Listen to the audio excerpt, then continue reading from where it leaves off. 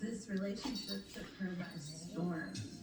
But what attracts Vanessa in the first place will propel her into the violent nightmare race, put up or shut up in the name of love.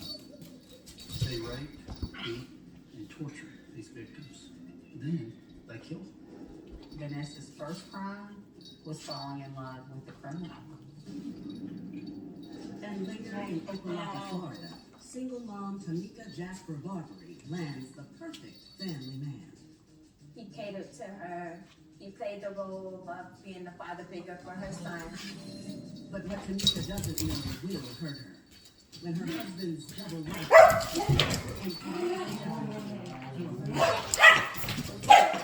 Eddie,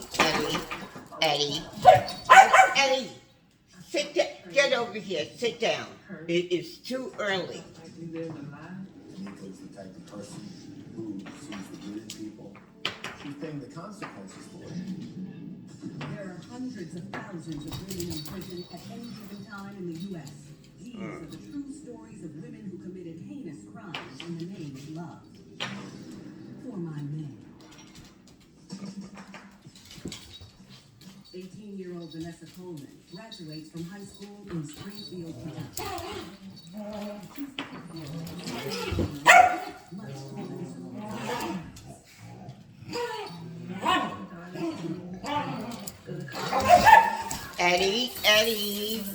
Eddie. Rest from education. Vanessa went to work at a fast food restaurant. The parents thought they had their daughter's best interest at heart by encouraging her to go to college. But when she didn't do that, when she didn't follow through, they were heartbroken. Vanessa's first month on the job is all work and no play. Until a friend introduces her to 24-year-old Talvis. All that ice cream I They spilled called Latava's yesterday. brother. He was Pretty. he was quite a religious man. Vanessa's a good That's woman, what it but was. her It's that ice cream. curiosity Yeah, I was eating kind of ice cream and kept falling asleep and it kept dribbling He and had a drooling different all over slant my about blanket. images of boys that she would have been exposed to. So his bad boy persona, being a little bit dangerous, all of this became intoxicating for Vanessa, who came from a very organized You know what? life. Cut it out. There was very little of a dating period. It was sexual almost from the beginning. And she believed herself to be very pretty. Vanessa was already fantasizing Stop it. to live in Latava's. But not everyone's as enamored with Vanessa's new man. Vanessa's parents see her relationship as more of an obsession than a romance. Yeah. She Okay. monopolized her When time. stuff Vanessa like that was living, happens, she was thinking about him or talking about him. And you gotta I sort of think like her leave it parents alone and as a sister parent. viewed that as potential trouble. Because, Vanessa's all you family do has is just good bring them reason to closer worry. together. Latalvis has plenty of skeletons in his closet, including a hefty rap sheet. Sorry, I believe giving everybody a Latava's was chance, con. but I mean, I guess if it was my kid, For hell unattended no. robbery. But none of that matters to Vanessa. Vanessa romanticized his backstory. She had no exposure to that kind of life. She was very naive about the world. Before long, Latalvis turns Vanessa from the sweet and innocent girl her parents raised to someone they barely recognize. He was a partier, and whatever Latavas wanted to do is what Vanessa wanted to do. He was not a great catch for a husband or someone to settle down with or, be serious with. He wasn't going to be in church on Sundays. Just 6 months into their relationship, Latalvis convinces Vanessa to move to Knoxville with him so he can be closer to his brother, Lamarcus. They were going to stay with his brother for a while, look around for jobs. She cashed her last check, and she wasn't going to go back. The excitement of being on this trip down there to Knoxville drew her in. Vanessa's sister is the only one that knows about her impulsive plans. Vanessa did not keep her parents informed of all her comings and goings, particularly when it came to Talvis. But Vanessa's excitement turns to dread when she lays eyes on their new home. The Marcus lived on Shipman Street in East Knoxville. It is very near High Primary. The street itself was mostly shotgun-style houses, and it's a poor neighborhood. A reputation for violence, drug activity. There was drug use going on continually at that house on Shipman Street. And Lamarcus fits right in. The Marcus was a cocaine dealer. The house was small. There were curtains serving as doors. There was just no privacy. There was only one bathroom. She was the only girl. Vanessa was a long way from home. After the introductions, Latalvis assures her it's okay, but Vanessa has second thoughts for the first time in the relationship. Vanessa decides to stick with her man anyway. But what she doesn't realize is this romantic ride is heading down a deadly road. Okay. See, I see something like that, I'm out the door. 18-year-old Vanessa Coleman has moved to Knoxville, Tennessee with her first real boyfriend, 24-year-old Latalvis Cobbins. Vanessa met Latalvis when she was 18, on the cusp of adulthood. He was exciting. He was dating. Women should be aware of men who say the right things all the time and certainly with too much ease, because those are the ones that will hurt you in the end. Vanessa's first crime was falling in love with a criminal. On the eve of the new year, Hey, Eddie. at the home of Latalvis' brother Lamarcus, No. to party with friends, and Vanessa is thrilled to celebrate as a new member of the crew. There were drugs involved. They were intoxicated. They were doing super. It was a little wild. She just rolled with it. Vanessa kind of let Latalvis run the show. After the new year rings in, they spend the next 5 days lounging around the house. Vanessa and Latalvis' friend George were staying at the house. They did not have jobs or means of transportation. Reality sets in when Lamarcus is ready to get back to business. Marcus was getting agitated about having this group in that very small house without providing much in the way of income or helping out with anything. He was getting increasingly angry. He was broke and he didn't have bills. And he couldn't get to his cocaine in order to make it. At one point, he talked about robbing banks. The situation at the home gets more intense by the minute, but Sitting Vanessa around stays trying to figure out how to neutral. put money. Oh, let's go rob a bank. Okay. They're getting a Vanessa job. wasn't about to argue with Latalvis. He was firmly in command. She was out of her element, and she was in a place where perhaps she wasn't feeling the most secure. But her fears are justified 6 nights later. Marcus and Latalvis and George were using wet blunts, which is this marijuana joint that's violent fluid, and it has some hallucinogenic effects. Lamarcus tells his brother it's time for him to start pulling his weight around the house. He tells Latalvis they're going to take a ride and leave Vanessa behind. George had reservations about it. He stayed back at the house. Vanessa was just hanging out there at the house.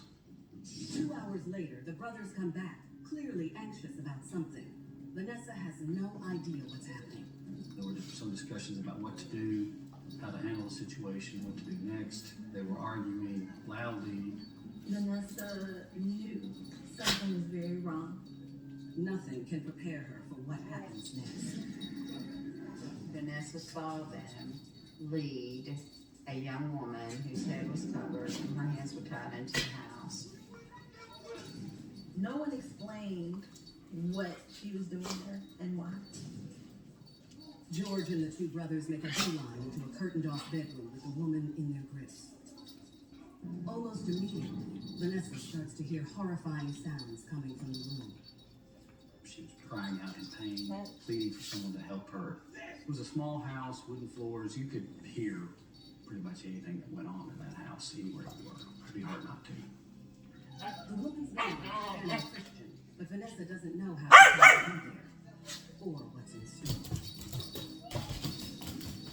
George and Latalvis and Marcus went into the room different times by themselves with Shannon, so they alternated going in and sexually assaulting Shannon.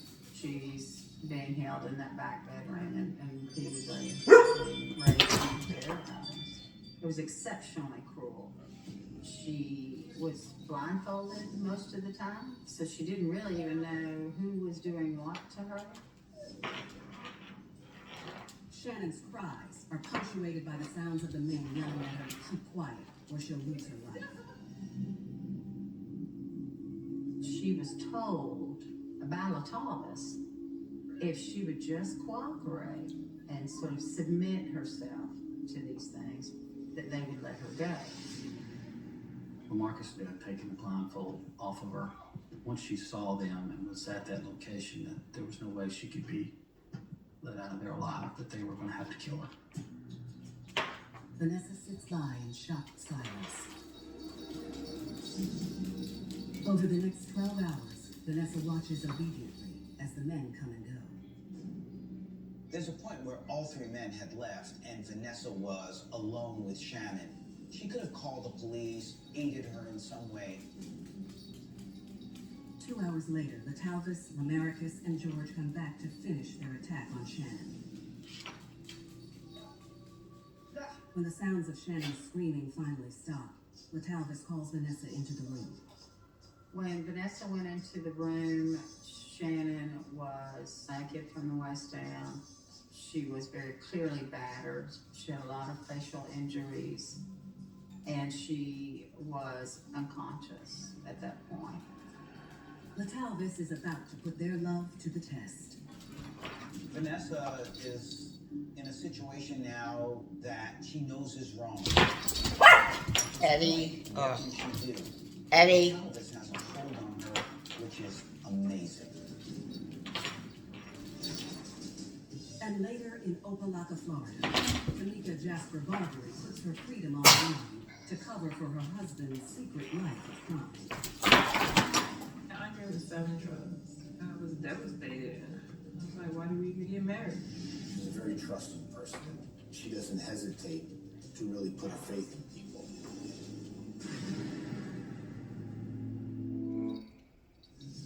Eighteen-year-old Vanessa Coleman cowers inside a hell house in Knoxville, where a brutal gang rape is finally ending.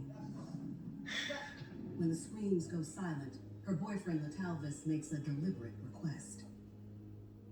He wants Vanessa to check Shannon's pulse to see if she's still alive.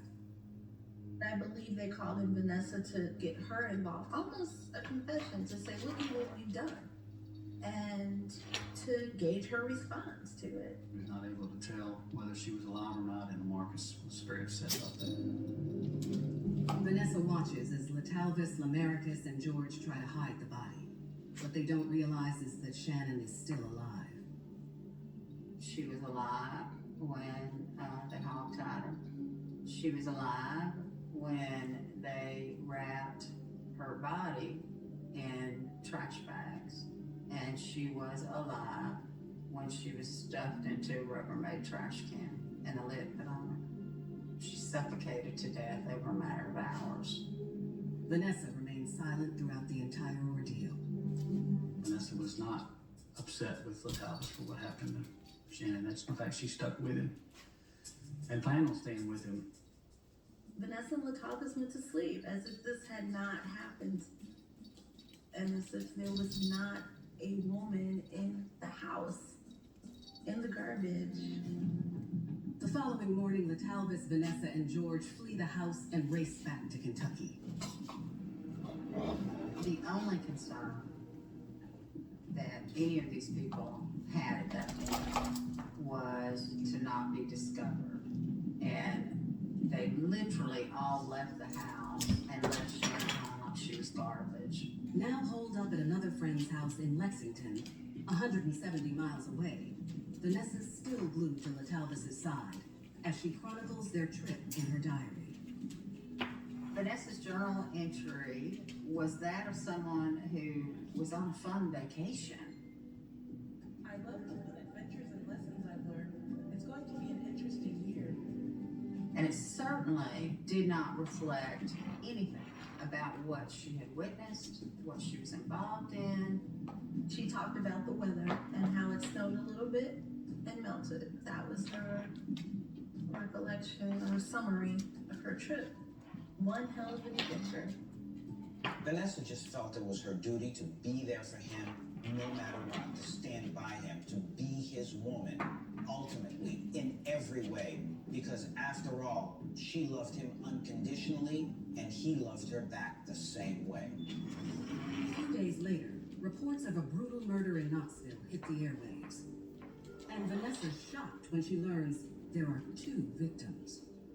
Shannon Christian and her boyfriend, Christopher Newsom. Vanessa became aware that there was a male body that was found on the train tracks. It was found mutilated, shot, burned, raped, tortured.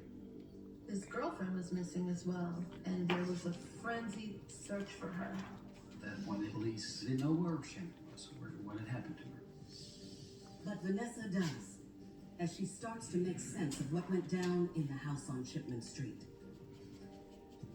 But Vanessa put 2 and 2 together and realized that the body that was found on the train tracks was linked to the woman who was in the house on Shipman Street. She's unaware of the grisly details of what happened on that fateful night. What Vanessa didn't know is that Shannon and Chris had been kidnapped, carjacked, and taken away by Lamarcus and Latals. With Christopher hogtied and locked in the trunk, the brothers returned to Chipman Street. Marcus took and led Shannon into the house, and at that point, that's when Vanessa and George would have seen her. After they raped Shannon the first time, Lamarcus and George took off and drove their other captive, Chris, to the nearby railroad tracks, where they sodomized and killed him. All of that happened within an hour and a half of the carjacking. After Chris was murdered, the men returned home and terrorized Shannon for 12 hours.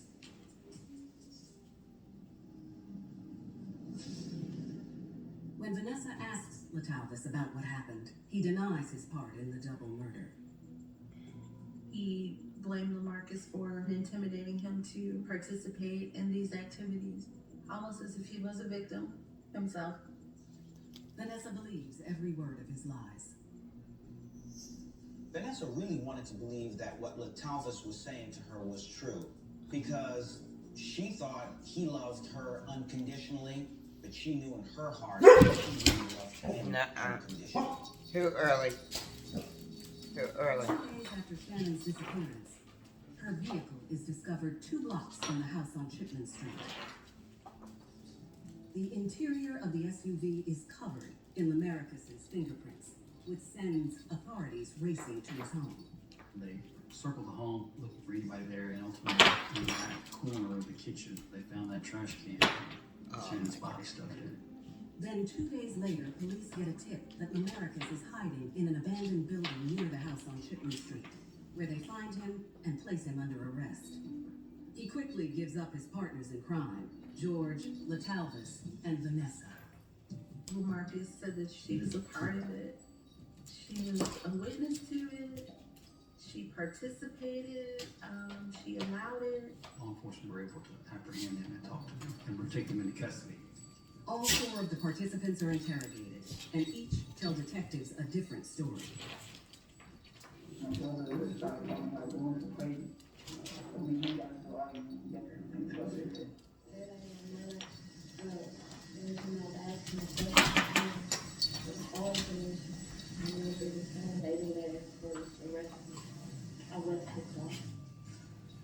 The men, Latalvis Cobbins, Lamarcus Davidson, and George Thomas, are all tried separately in the months that follow. Latalvis was sentenced to life in prison without the possibility of parole. George also will die in prison. He was sentenced to life without parole. For his role as ringleader, Lamarcus is sentenced to death. Lamarcus was given the death penalty, and he was given the death penalty for both Shannon and Chris's death. Neither Lamarcus or Latalvis ever explained why they did what they did, or why it was so horrific. The circumstances of Shannon and Chris's death were so brutal and prolonged and senseless that it just added to the grief, to what these two young people's last days on earth were like. Vanessa is not brought off the charge. Vanessa received a 35-year sentence. She was convicted of lesser offenses of Shannon's murder. And she was acquitted of all three. Chris.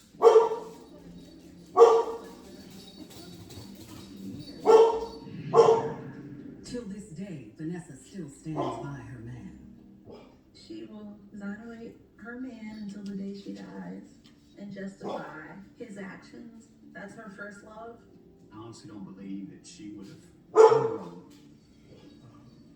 been involved in a murder like this. There was nothing she wouldn't do for him. When she wasn't going to let anything get in the way of her love for Latalvis.